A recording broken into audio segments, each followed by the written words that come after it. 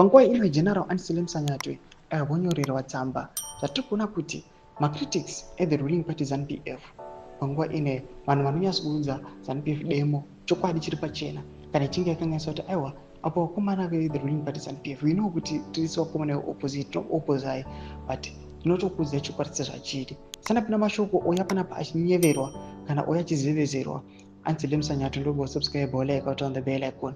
Panguva ino General Anselm Sanyatwe one of the Minister of Sports varikuonekwa kunzi aiwa maappearances avo anyasoratidza kuti mukomana uyu aiwa zvebasa ndima rokurova pane mapictures ake anotenderera aiwa kusports ministry koikwa ari obudanyura chiti General Anselm Namo Sanyatwe varakashifo ED are posting your pictures on Twitter in civilian clothes not because they love you, they are dissing you that you have been reduced to nothing. Bejigananda.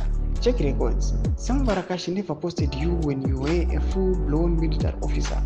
You are being made a subject of caricature by the Minister of Information, Honorable Jenfani Musweri Jr.